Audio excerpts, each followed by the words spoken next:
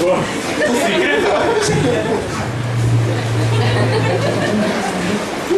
are discussing how many cold drinks we are supposed to have after this.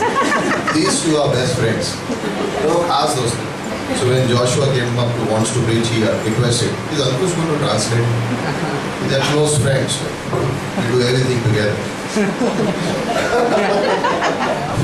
For all of y'all who wanted to know what I was telling Ankush, I told him I'm glad that someone showed up.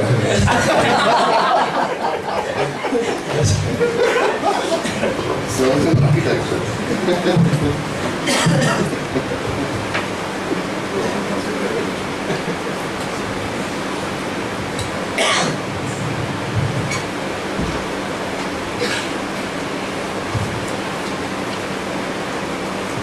Okay, let's begin in a word of prayer. हमारे प्रार्थना में शुरुआत करें। Lord Father God, परमेश्वर पिता, we just thank you for the 11 years that we had as a church. और आपको धन्यवाद देते हैं इस दिनों के लिए जो हमने कलीसिया के नाते बिताए हैं। We praise you for all the good times and the bad times. धन्यवाद देते हैं आपके जितने भी आशीष हमारे हम पे आपने बरसाए हैं। We give you all the credit and we know that we could do nothing on our own, but only you could do these things through all of us. और हम आपके आभारी हैं क्योंकि आप ही केवल वो योग्य हैं जो कर सकते हैं ये सब चीज़ें, और हम इसके योग्य नहीं हैं। We pray, Lord, that you enlighten us as we study your word right now. Send the Holy Spirit to fill us with the Spirit. और हम प्रार्थना करते हैं कि आपका जो वचन है आज हम जो देखेंगे उससे हमें और उत्तेजना मिले, हमारा विश्वास और बढ़े। I pray that everyone will be able to take something home. और प्रार्थना करते हैं कि आपके इस वचन से सब लोग आशीषित हो सके, कोई एक हिस्सा उन्हें अपनी ज़िंदगी में आशीष दे पाए। Amen. So, all of y'all saw the presentation just now. और आपने स्लाइड देखे थे आज। We have so many memories in the past 11 years.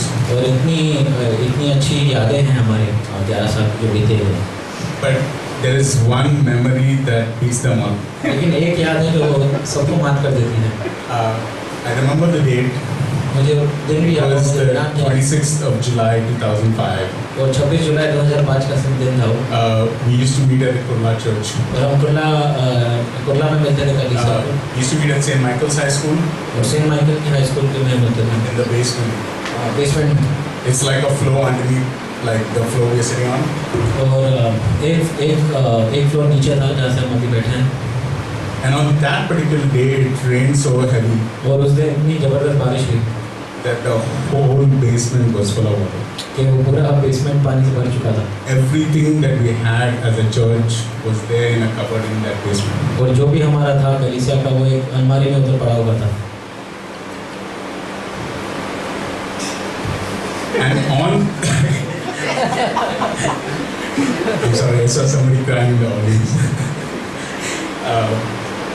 And on that day, what happened to this church was और उस दिन इस कलीसिया के साथ क्या हुआ? all that we put in hard work, everything that we invested in, all was reduced to nothing overnight. और जो भी हमने मेहनत की थी, जो भी हमारा हमने जो कार्य किया था वो सब मतलब व्यर्थ हो चुका था, शून्य हो चुका था सब कुछ जैसे। So as a church, we have faced storms. और एक कलीसिया होने के नाते हम पे काफ़ी सारे सताव आए हैं। But do you think that one storm will stop us from doing the work of the Lord? लेकिन क्या आपको लगता है कि एक तूफान परमेश्वर के कार्य को रोक सकता है? If you look at the patriarchs in the book of Genesis, और उत्पत्ति की किताब में अगर हम देखते हैं, we look at the life of Jacob, और याकूब की अगर हम जिंदगी देखते हैं, and you know Jacob is known as a deceiver. और याकूब हम देखते हैं कि वो धोखा देने वाला व्यक्ति था जैसे। But out of all the three patriarchs, लेकिन जो भी हमारे पूर्वज थे, जो 3 पूर्वज जो थे, Jacob is remembered और याकूब को याद किया जाता है for many good reasons. और काफ़ी अच्छे कारणों के लिए उसे याद किया जाता है। And one of the good reasons that we remember him for is और उसमें से जो एक अच्छा कारण जो है वो ये है that in the midst of a storm, कि एक तूफान के बीच he did not flee. He did not flee. वो भागा नहीं।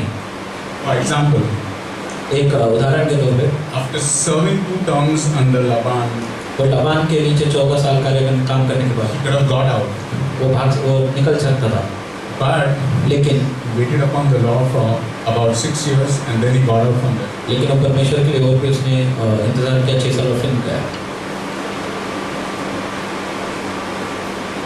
Another case can be, और एक और जो उदाहरण, there's a famine in the land, एक अकाल था जैसे मिस्र देश में, and while Abraham and Isaac during those famine times fled to Egypt, और इब्राहिम और आइज़ाक मिस्र देश में गए थे अकाल के Jacob समय। could have done the same thing, और याकूब भी वही कर सकता था अगर चाहता था तो, but he waited upon the Lord. लेकिन उसने परमेश्वर के लिए परमेश्वर पे रुका हुआ था। Why was that?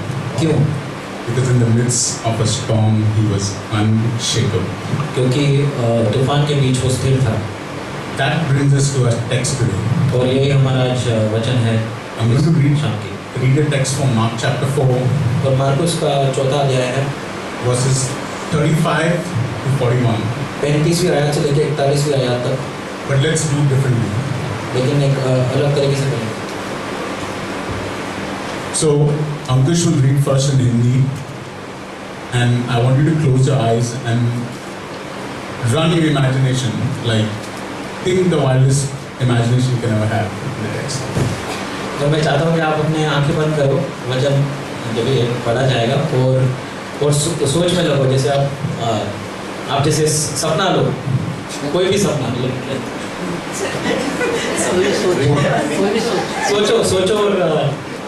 सोचो और समझने की कोशिश करो, मतलब अपने तरीके से। So just like think vividly in your mind. और सोच में गिर जाओ, जैसे मगन हो जाओ ये वचन। So here's the text with me. और वचन पढ़ते हैं अभी, मरकुस का 4 अध्याय 35वीं पंक्ति। उसी दिन जब सांझ हुई तो उसने उनसे कहा, आओ हम पार चले।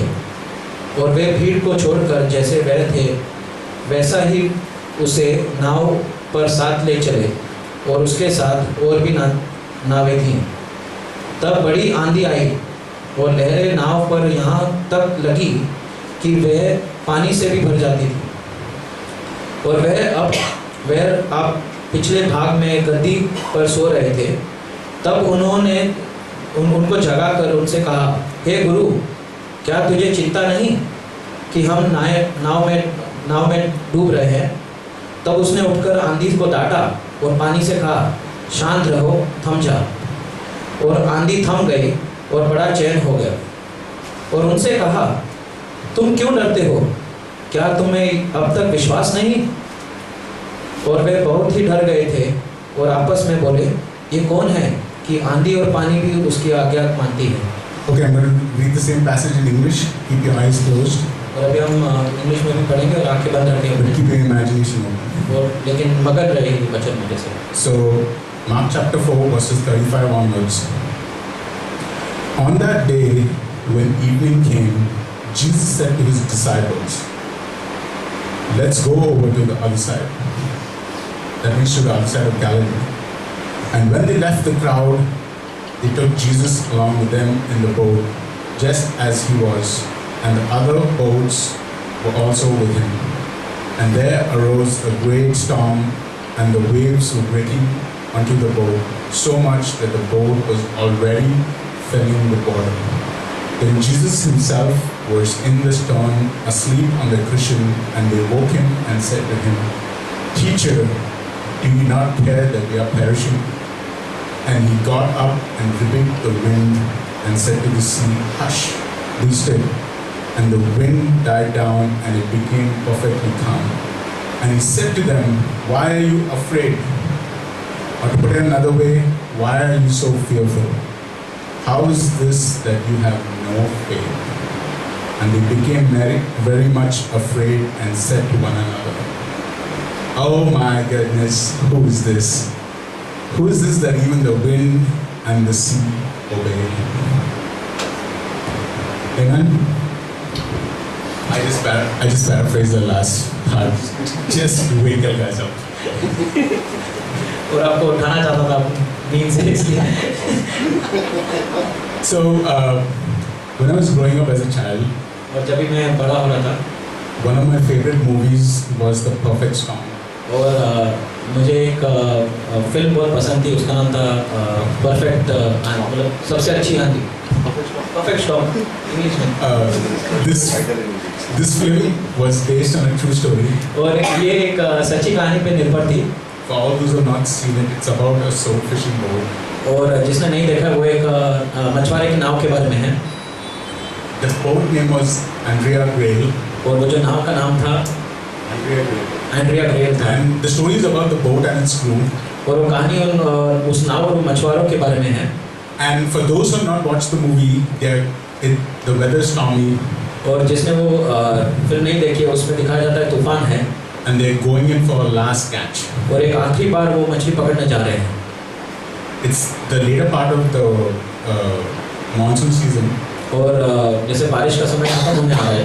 And they need a last catch for them. लेकिन उनको एक और बार अंदर जाना पड़ रहा है। And at this time there is all sorts of confusion because all the weather systems are malfunctioning. So they don't know really what the weather is out there. और उस समय मौसम विभाग के पास भी सही इंफॉर्मेशन नहीं थी कि क्या हो रहा है उस आंधी में।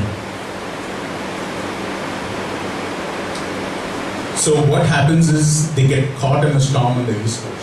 अभी वो क्या हो जाता है, वो नाव फिर जैसे अटक जाती है वो पूरी आंधी और तूफान में। There's cold coming in from the north. There's cold coming in from और ठंड आ रही है उत्तर की दिशा से। The movie ends by with these people not getting heard of again. This ship and this boat was never heard of again. और film के अंत में वो नाव और वो मछुआरों के बारे में कोई सूचना नहीं आती, खत्म हो गई बस। And in today's text, the disciples with Jesus are caught in a storm. और आज की हम वचन में पढ़ते हैं कि जो शिष्य हैं यीशु के साथ वो अटक चुके हैं आंधी में। And this storm is not any ordinary storm. और ये कोई साधारण तूफान नहीं था। It's just perfect. ये आशीष जैसे तूफान है। और मजबूत। So why is it perfect? Because it's orchestrated by the Lord Himself. और ये ऐसे क्यों है? क्योंकि ये परमेश्वर ने जिसे उन पे लाया हुआ था।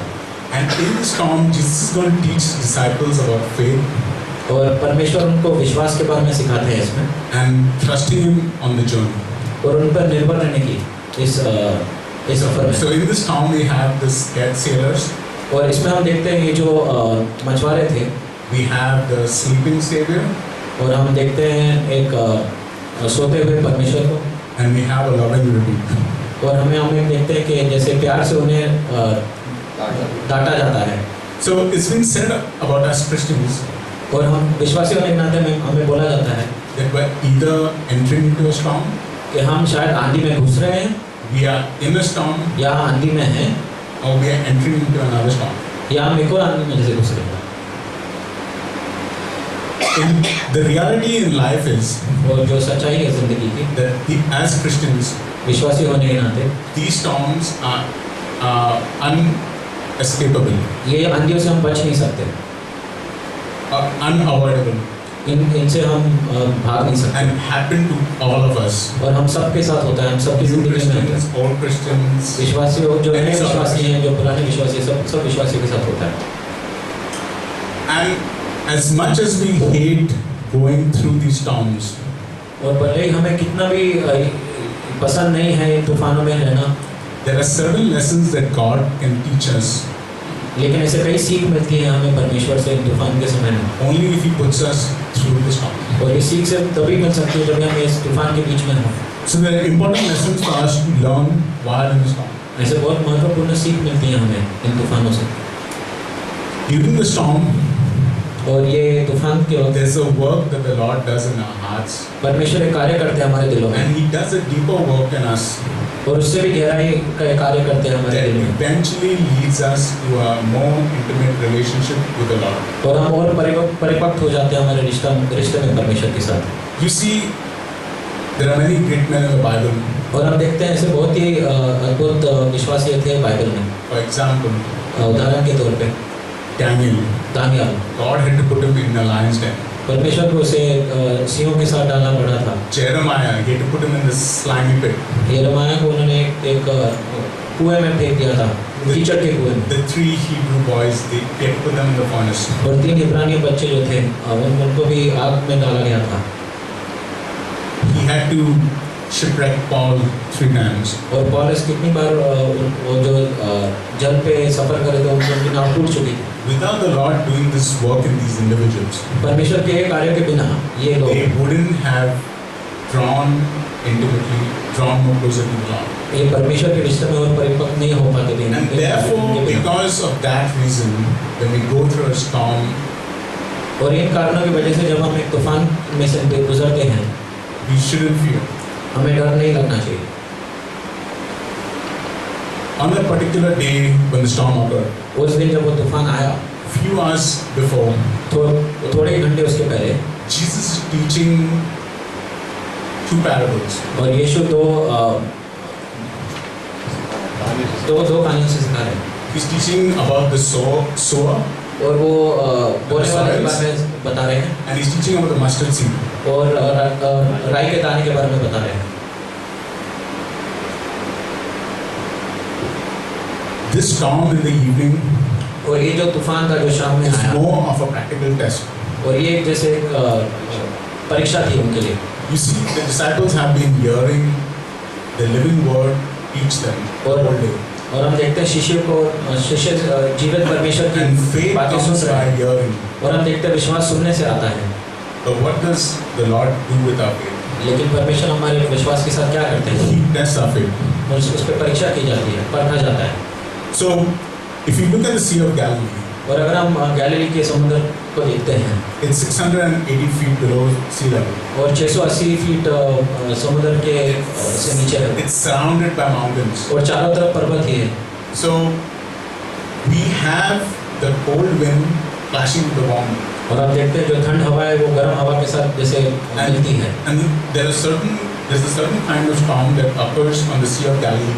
और एक तरीके का तूफान आता है ये समुद्र पे, That even the experienced sailors कि जो बहुत ही अच्छे हैं, जाने माने नाव मछुआरे भी हैं जो नाव चलाते हैं, become fearful for their lives. वो भी डर जाते हैं।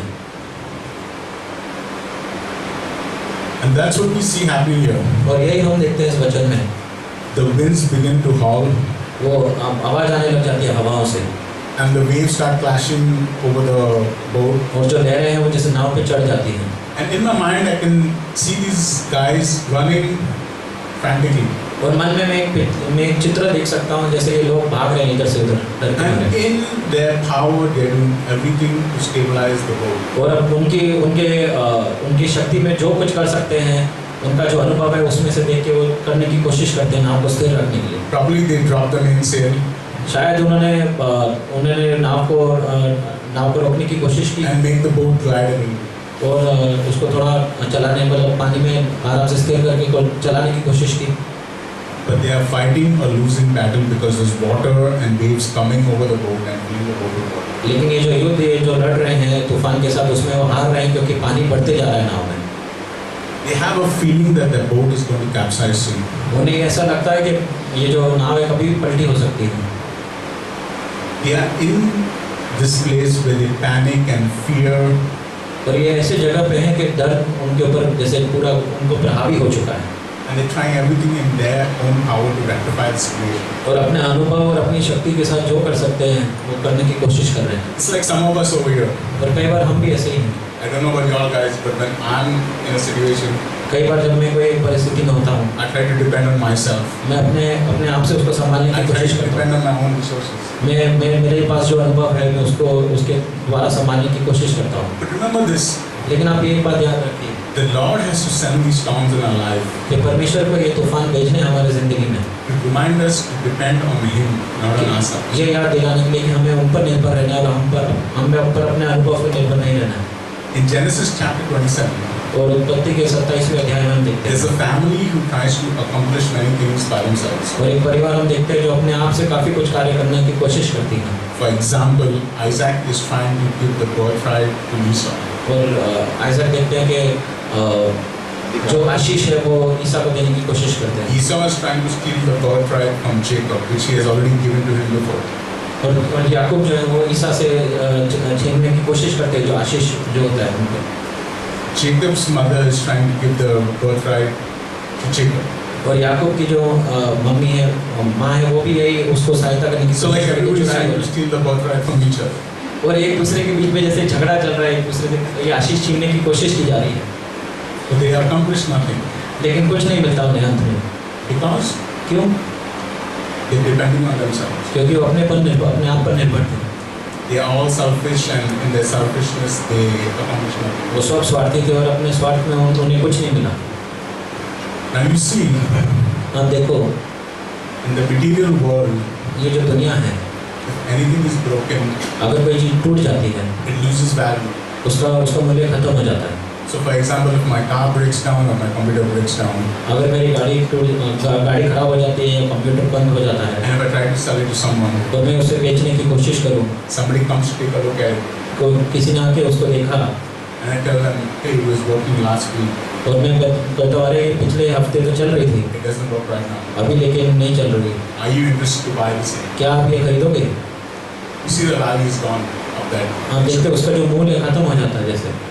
But लेकिन in the spiritual world, आत्मिक दुनिया में, when something is humbled or broken, लेकिन जब कोई विनम्र होता है और टूट जाता है, its value increases. उसका मूल्य बढ़ जाता है, It's perfect for the master's use. क्योंकि ये परमेश्वर के लिए पूरा सिद्ध हो चुका है जैसे।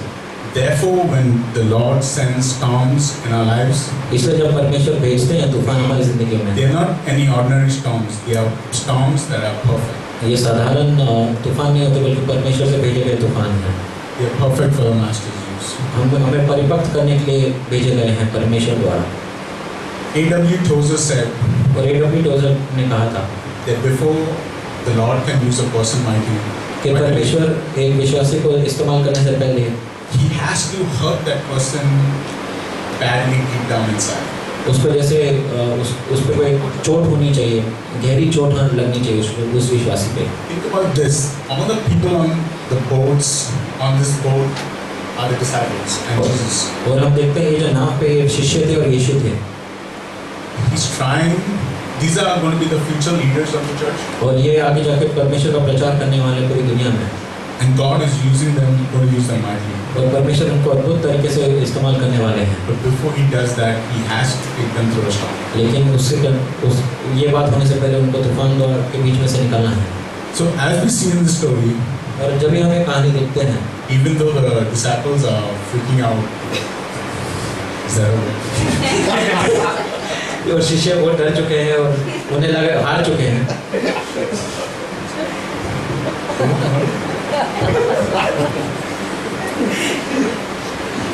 Okay, so even though the disciples were frantic, they still know where to turn.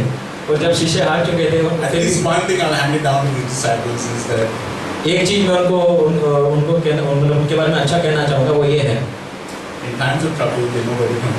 उनको मालूम था कि जब उन पे कठिनाइयाँ आएंगी किसका नाम लेना है, किस पे निर्भर होना है। They looked to Jesus, उन्होंने यीशु की ओर देखा, but he's sleeping at the back of the boat. लेकिन यीशु शांति से सो रहे हैं पीछे नाव में। Do you know why Jesus was sleeping? क्या आपको पता है यीशु क्यों सो रहे थे नाव में? Because Jesus was testing his disciples, testing their faith. यीशु उनके विश्वास को परख रहे थे। Jesus wanted the disciples to learn a very important lesson. और यीशु चाहते थे कि उनको एक बहुत मूल्यवान सीख मिले, That no matter what the storm, कि तूफान कोई भी हो, कैसा भी हो, that we should learn and trust Jesus. आपको मुझ पर निर्भर रहना है, यीशु पर निर्भर रहना है। Some people think that storms come when we disobey the Lord. कई लोग सोचते हैं कि जब हम परमेश्वर की आज्ञा नहीं मानते तब फिर तूफान आते हैं हम पर। A good example could be Jonah. और Jonah was running away from the calling of the Lord, और वो परमेश्वर की पुकार से दूर भाग रहा था and God sent him a storm. और परमेश्वर ने उस पर एक तूफान डाला। But these guys, they were obeying the Lord and they were still in the storm. लेकिन ये जो शिष्य थे वो परमेश्वर की आज्ञा मान रहे थे, फिर भी तूफान में थे। They were doing exactly what Jesus told them to do, and they were still stuck in the midst of the storm. और वो वही कर रहे थे जो यीशु ने उनसे कहा था करने के लिए, फिर भी वो तूफान में क्यों अटके हुए थे?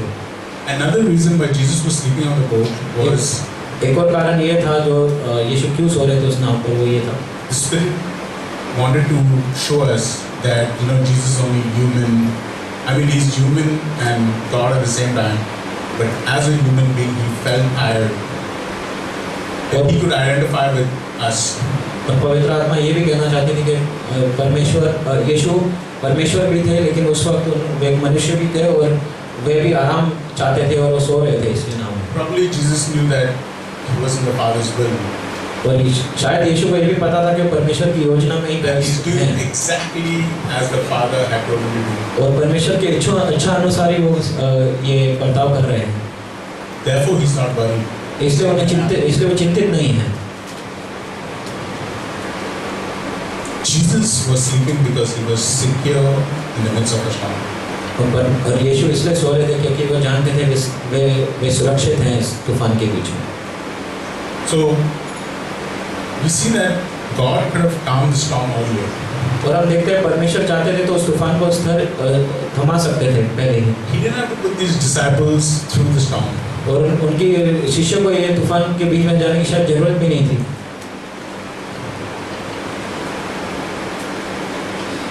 But because the disciples panicked, लेकिन क्योंकि वो चिंतित हो चुके थे, डर चुके थे, they were like, Jesus, उनके जैसे उनके पुकार में जैसे सहायता की पुकार थी, Wake up. यीशु उठो it was not like a calm wake up, it was like, wake up! और वो मतलब बिल्कुल थक चुके थे और डर मतलब उन्हें लगा था आज हमारा आखिरी। See, the disciples at this time doesn't like, you know that Jesus can calm the storm because we read the passage. But these disciples don't know that Jesus can calm the storm. हम जानते हैं क्योंकि वचन में लिखा है और हम ये पढ़ चुके हैं कि So परमेश्वर they are in a situation like, come help us. They don't know that, you know, the storm is orchestrated by Jesus himself. और वो एक ऐसे परिस्थिति में कि वो जानते नहीं कि क्या यीशु इस तूफान को रोक सकता है, Who इसलिए वो is सहायता की शिला में है। Jesus? What he's capable of doing. क्या वो जानते थे कि परमेश्वर कि यीशु कौन है और उनकी और क्या कर सकते हैं उस तूफान के साथ। But they say to him, लेकिन वो कहते हैं, don't you not care that we are perishing? Don't you not see? क्या आपको परवाह नहीं है कि हम मरने वाले हैं? क्या आप देख नहीं सकते? Don't you not know what's threatening us? क्या आप जानते नहीं हमारे खिलाफ क्या आ रही है, हम पर क्या Don't you not see the danger, Jesus? और कितना बड़ा हम पर ये सताव आया हुआ है, कितना बड़ा तूफान आया, क्या आप देख नहीं पा रहे? You know, many times we voice our concerns like that. Jesus, don't you not care for us, what we are going through? और कई बार हम ये तूफान के बीच ऐसे ही परमेश्वर से प्रार्थना करते हैं, यीशु क्या आपको हमारी चिंता नहीं, क्या आपको हमारी परवाह नहीं, क्या हम ऐसे हैं आज? So First Peter chapter 5 verse 6 and 7 says, और पहला पत्रस का 5वां अध्याय 6 और 7वीं humble yourselves under the mighty hand of God, परमेश्वर के सामने विनम्र हो जाओ, that he may exalt you at the proper time, ताकि वो आपको उठा सके सही समय पर। casting all your cares on him, सब अपनी चिंताएं उन पर डाल दीजिए, because he cares for you. क्योंकि वो आपकी चिंता करते हैं। So notice here that God has a due time in which he brings things to pass. और एक बात समझिए कि परमेश्वर का एक समय है जिसमें वो जो आप प्रार्थना करते हैं वो पूरी होगी। And once we have reached the level of humility, और जब हम उस स्थिर पे पहुंच जाते हैं विनम्रता में, the situation comes to pass. वो जो कार्य पूरा हो जाता है जैसे। But here we have the disciples thinking Jesus doesn't care for us because he is not calm the storm. लेकिन हम इस स्थिति में देखते हैं कि शिष्य को लग रहा है कि यीशु को हमारी परवाह नहीं, क्योंकि हम इस तूफान में अटके हुए हैं और कुछ नहीं कर रहे इसके लिए। And the reason why Jesus is not calming the storm is because it's the Father's will that these disciples should go through the storm. और यीशु उस तूफान को इसलिए रोकते नहीं क्योंकि वो जानते हैं कि परमेश्वर की योजना है कि ये शिष्य तूफान से गुजरे। Through this story we can see that, you know, sometimes God even uses suffering to bring us into a more intimate relationship with him.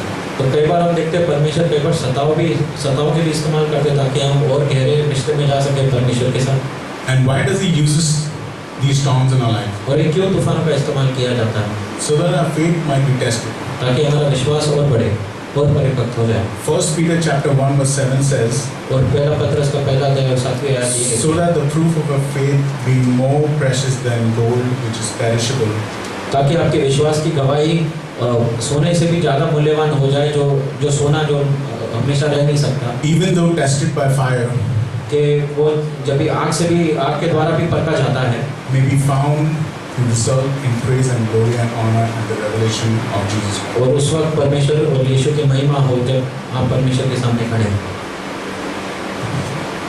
Like the disciples, sometimes when we're facing storms, we want Jesus to calm the storm immediately. We're like, Jesus, just do it first. और ये शिष्य जैसे शिष्य के जैसे हम भी देखते हैं, यीशु में इस तूफान में हो एक क्षण में उसे थमा दो, उसे भगा दो जैसे। And we voice command like the disciples. और हम कई बार जैसे आज्ञा देते हैं परमेश्वर को, Jesus, you don't care. यीशु क्या आपको परवाह नहीं?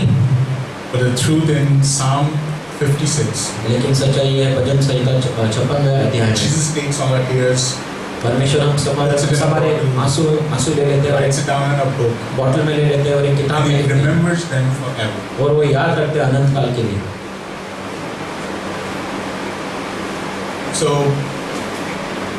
So far we have looked at the scared sailors. और अभी तक हमने देखे ये जो डरे हुए शिष्य थे, मछुआरे जो थे उनके, We have looked at the sleeping Savior. और हम देखते हैं यीशु जो सोए हुए हैं नाव में, A Savior who seems that He doesn't care for the circumstances of His disciples. और ऐसा उद्धारकर्ता जो जिसको जैसे परवाह नहीं हो जिस स्थिति में हैं शिष्य जो उनके। And finally we are going to see a loving rebuke from the Savior Himself. और हम देखते हैं प्यार भरी डांट जो शिष्य को दी जाती है ये उद्धारकर्ता से। So what Jesus does is, as soon as the disciples request Him to come to do something, और यीशु क्या करते हैं, जैसे ही शिष्य उनसे प्रार्थना करते हैं कि प्रभु हमें बचाओ, He gets up and immediately calms the storm. वो उठते हैं और वो तूफान को रोक देते हैं, स्थिर हो जाता है सब कुछ, थम जाता है। The word for calming the storm used in the original language, और जो शब्द का जो इस्तेमाल किया है वो तूफान को थमाने के लिए वो ये है, in the English it means be muzzled. Be muzzled. और इंग्लिश में जो ये शब्द है वो है B मज़ल्ड। You know, if any of you have dogs over here, अगर आप पालतू कुत्ता रखते अपने घर में, sometimes you have the dog barking the whole night. कई बार वो आप देखते हैं कुत्ता पूरी रात भौंकता रहता है। So a muzzle is something that you cover the dog from barking. और जो मज़ल एक ऐसी चीज़ है जो आप उसके मुंह पे लगाते हो जिससे वो भौंके नहीं और शांत हो जाए। Jesus uses the same word for healing the demon-possessed man of Gadara in Mark chapter 5. और मार्कुस के 5वें अध्याय में जो हम देखते हैं Cast demons out of him and put them into swine. जिस पे भूत चढ़े हुए थे उस व्यक्ति पे उसको शांत करने के लिए परमेश्वर यही शब्द का इस्तेमाल करता And है। we don't know if sometimes the storms could be a result of like some demonic attack or something like that. और कई बार हम ये नहीं जानते कि तूफान क्यों आए, शायद सताव है शैतान की ओर से हम पर। So the boat that was once rocking तो जो नाव जो हिल रही थी and getting pushed by the waves here and there, और इधर उधर जैसे गोते खा रही थी लहरों में, is now come to a standstill. अभी स्थिर हो चुकी है। When Jesus calmed the storm, the waves stopped and the sea became calm like glass. और जब यीशु ने उस तूफान को आज्ञा दी तो लहरें रुक गई और वो तूफान थम गया।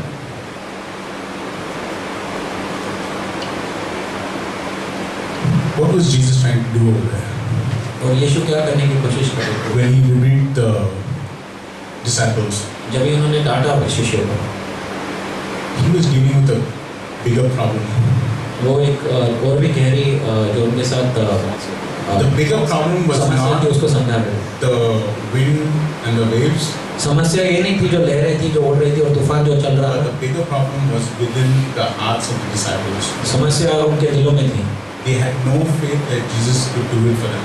और उन्हें ये विश्वास नहीं था कि परमेश्वर योग्य है, यीशु योग्य है उस तूफान को रोकने के लिए। You remember when Jesus was in his hometown? जब आप जानते हैं यीशु नाज़रेत में थे, He couldn't do any miracles over there. वो कोई कार्य नहीं कर पाए। Why? Because the people lacked faith. क्यों? क्योंकि विश्वास नहीं था लोगों के दिलों में। God has given us so many amazing promises in the Bible. और परमेश्वर ने हमें इतने अच्छे वादे दिए हैं वचन में, If we just remember a few, अगर हम थोड़े भी याद कर लें we can cling on to those promises in the midst of the storm. और हम वो वादों को पकड़ के रख सकते हैं तूफानों के पीछे। For all those who read their Bibles on a daily basis, We come across His promises every day of our lives. जो वचन हर रोज पढ़ते हैं वो ये वादे देख सकते हैं हर रोज अपनी पढ़ाई में। For example, one good promise could be एक अच्छा जो वादा है वचन में ये है Philippians 4:19. फिलिपियों का 14 अध्याय 19वीं आयत है। I promise to supply all your needs according to my riches and glory. मैं आपकी सब जरूरत पूरी करूँगा मेरे महिमा और आदर अनुसार। Sometimes we get the feeling like the disciples that Jesus cannot do it for us. कई बार हमें शिष्य जैसा में ये लगता है कि यीशु नहीं कर पाएंगे Here हमारे we लिए। find that the disciples, लेकिन अंदर हम देखते हैं कि जो शिष्य हैं all worried and all, चिंतित थे सब। they think the same way. उनको भी यही उनकी भी And यही sometimes सोच we है। are like that, you know, where am I going to get my next salary from? और हम भी यही How am I going to pay my सोच bills? How am I going to take care of my... मैं कैसे घर चलाने वाला हूँ। But you know what? God is going to supply all your needs. लेकिन आप जानते हो कि परमेश्वर आपकी सब जरूरतें पूरी करेंगे। And why I'm talking about the promises of this Bible? और मैं ये वादों के बारे में क्यों बात कर रहा हूँ वचन से? Because even though the disciples feared, they had received a promise from the Lord that He was going to take care of them in the midst of storm. कि भले ही चिंतित थे डरे हुए थे शिष्य को जानते थे कि परमेश्वर ने वादा दिया था यीशु ने हमें वादा दिया था कि मैं तुम्हें संभालूंगा इन तूफानों के पीछे। It was a simple promise और ये बहुत ही साधारण जैसे वादा था which the disciples failed to realize. और वो शिष्य लेकिन याद नहीं रख पाए थे। It was this: वो ये था let's go over to the other side. आइए हम दूसरी ओर जाएं। Did Jesus say to the disciples, let's go halfway क्या यीशु ने उस शिष्य से कहा कि and let's हम die in a storm? Was that the promise that He gave them? क्या यीशु ने उस शिष्य से कहा था कि चलो नाव में दूसरी तरफ जाए उस पार जाए या कहा था कि चलो आधे रास्ते जाए फिर डूब जाए नाव में? But Jesus said, let's go to the other side. नहीं यीशु ने कहा था चलो उस पार जाते हैं नाव में। It was a promise given by Jesus, and He had to fulfill what was spoken by Him. और वो वादा यीशु ने दिया था और यीशु जानते थे वो वादा पूरा करेंगे। And because sometimes we fail to realize और the depth of the promises of God, कई बार हम भूल जाते हैं और समझ नहीं पाते जो गहराइयाँ हैं जो ये वादों की। we are under pressure and we fear like the disciples. और हम दबाव में आ जाते हैं और हम डरना शुरू हो जाते हैं We शिष्य are sometimes like disciples on the boat getting tossed here and there. और हमें जैसे उछला जाता है नाव में उन शिष्य जैसे। Before the story, ये कहानी से पहले the disciples knew Jesus यीशु के बारे में शिष्य जानते थे as a person who heals. एक चंगाई देने वाले के तौर पे जैसे As a person who forgives sins. ऐसे व्यक्ति जो पापों की माफी दिलवा सकते As a person who casts out demons. हैं ऐसे व्यक्ति जो शैतान को भगा सकते हैं। And in Mark chapter 8 verse 29, और मार्कुस का 8वां अध्याय और 29वीं आयत the disciples, Jesus asked the disciples, और यीशु ने शिष्यों से पूछा who do you think I am? आपके अनुसार मैं कौन हूँ? And they say, और उन्होंने कहा you are the Christ, the Savior. और आप यीशु हो उद्धार करता। Until up to this point, उस क्षण तक उस समय तक they only knew Jesus to be a prophet. वो शायद वो यीशु को सिर्फ नबी समझते थे They were never even considering him to be a Messiah. और वो उन्हें उद्धारकर्ता के तौर पे देख भी नहीं रहे थे। But after Jesus calmed the storm, लेकिन यीशु ने जब उस तूफान को रोका they knew him as a person who could even calm the wind and the waves. वो उस व्यक्ति को जान चुके जो उस तूफान को उन लहरों को और उन आंधियों को रोक सकते हैं। And what am I saying here? और हम क्या कहना चाह रहे हैं इसमें? That if Jesus wouldn't put these disciples in this particular storm, और यीशु ने अगर उस तूफान में शिष्य को नहीं डाला होता they would never know this aspect of Jesus. वो यीशु के इस कार्य के बारे में नहीं जान सकते थे He is the creator. He's the guy who can do everything. कि वही सृष्टि की रचना करने वाला है और उसने सब बनाया है। After the storm, the disciples are not worried about anything. और इस तूफान से बाहर निकलने के बाद शिष्य को कोई चीज़ की चिंता नहीं थी। Because who will be worried कौन if चिंतित the होगा? Savior can, even creation listens to him? कौन चिंतित होगा अगर सृष्टि की रचना करने वाला तुम्हारे साथ है? So storms, तो जो तूफान है they bring us into a more intimate relationship with Christ. वो हमारे विश्वास को और परिपक्व करते A हैं more deeper level that we don't even know knew existed. और ऐसी गहराइयों में लेके जाते हैं कि हम सोच भी नहीं सकते थे कि ऐसी गहराइयाँ थी विश्वास में। Why do you think Jacob was unshakable and strong. आपको क्यों लगता है कि याकूब स्थिर था उन तूफानों में? He had already earned the reputation of a deceiver. उसे धोखा देने वाले के नाम से बुलाया जाता था।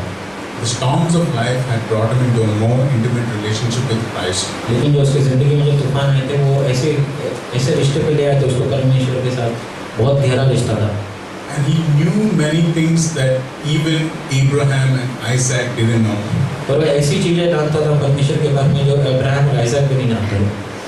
It was all because of the storms of life. क्यों? क्योंकि तूफान थे उसके ज़िंदगी में जो What did he know, for example? What did he know? क्या जानते थे? Judah, for example, knew that the Savior wouldn't come from Joseph. और याकूब जानते थे कि जो उद्धार करता है वो यूसुफ से नहीं है, यूसुफ के परिवार से नहीं आएगा। He knew that Judah is the chosen one. वो जानते थे कि जूडा को चुना गया था, उसके परिवार को चुना गया था उद्धार करता के आने। He knew that Joseph was only fulfilling the promise found in Genesis 15, where the Israelites would be led out of Israel into a foreign land and persecuted. और यूसुफ जानता था कि और याकूब जानता था कि यूसुफ से वो वादे को पूरा करना था जो उत्पत्ति के 15वें अध्याय में लिखा गया था कि इब्रानियों को निकाला जाएगा और परमेश्वर के बाद और इजराइल देश में लेके जाया जाएगा केनान के। How come Isaac and Abraham doesn't know this? ऐसे कैसे हो गया कि अब्राहम और आइजैक को ये बात नहीं पता था? Because God did not put them through the storms. क्योंकि परमेश्वर ने उन्हें उस तूफान से नहीं लेके गए थे। If God puts you through a storm, तो अगर परमेश्वर आपको कोई तूफान से लेके जाते हैं, He's trying to teach you something. एक सीख देने की कोशिश कर रहे हैं आपको। Not about yourself, but about Him. अपने बारे में नहीं बल्कि उनके बारे में।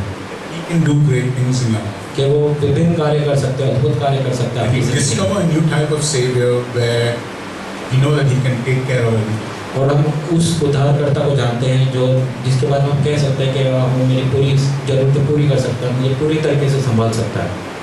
In closing, और अंत में I want to continue the story about the Kurla storms. और ये जो तूफान आया था, जो 2005 की जो बारिश थी कुर्ला में, उसके बारे में मैं बताना चाहता हूँ। For all of y'all who wondered how we survived through that storm, जो लोग सोच रहे हैं हम कैसे निकले उस तूफान से बाहर, you probably got a clue from the presentation. शायद आपको थोड़ी बहुत समझ आ गई होगी ये जो प्रेजेंटेशन की थी When we came together as a church, Yeah, when we- God spoke to us to develop the Bible study into a church, और जब भी परमेश्वर ने हमसे कहा कि बाइबल स्टडी से कलीसिया बननी चाहिए, स्थापना होनी चाहिए कलीसिया की, we took one promise and stood on that for like many years. और वो वादे को हमने लेके और एक खजाने जैसे उसे बचा कर रखा We even hung it on the back of our church और on a हमारे poster. और एक पोस्टर बना के कलीसिया के पीछे ही लगा हुआ था। That promise was from Matthew 21:12. और मत्ती 21वां अध्याय और 12वीं आयत से था वो। It says, "My house should be called a house of prayer." और वो कहा था मेरा घर एक प्रार्थना का घर कहा जाएगा। There are many times that we did not meet as a church due to unforeseen circumstances. Unforeseen. और ऐसे कई सप्ताह गए, कई हफ्ते गए कि हम कलीसिया होकर मिल नहीं पाए क्योंकि काफ़ी सारे कठिनाइयाँ आई, अड़चनें आई। But that didn't stop us from praying. लेकिन प्रार्थना से हमें रोका नहीं। That didn't stop us from praying individually. और अकेले में भी हम प्रार्थना करते थे कलीसिया के लिए। And we, after 11 years, are a result of thousands and thousands and thousands of prayers gone up. और आज जो कलीसिया है 11 साल बाद, ये सब वो प्रार्थनाओं की वजह से है जो परमेश्वर ने हमसे करवाई थी और जो वो वादा परमेश्वर ने जो दिया था उसके वजह से। I remember even the number of people coming to the church in Kurla that time when the storm hit. और मुझे कितने लोग आते थे कुर्ला में कलीसिया में, मुझे वो भी याद है जब ये तूफान आया था। That Sunday before the storm could hit, that particular Sunday, उस दिन उस रविवार वो बारिश आने से पहले there were only 30 people that came over there. सिर्फ 30 जन आए थे कलीसिया में। We were pretty young at that time. और हम नए थे जब स्थापना नहीं हुई थी।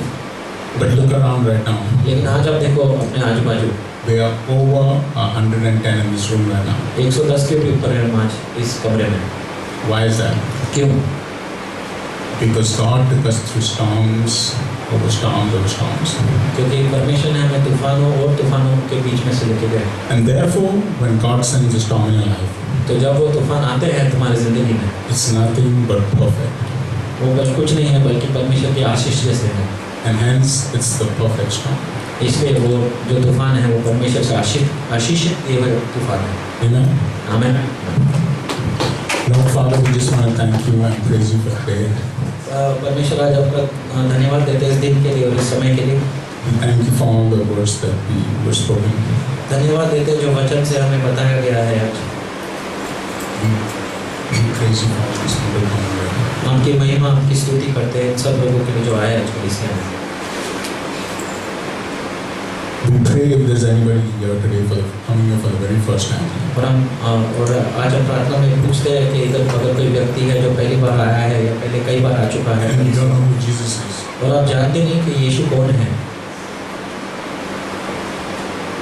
I pray that you would get to know Jesus in a more intimate way.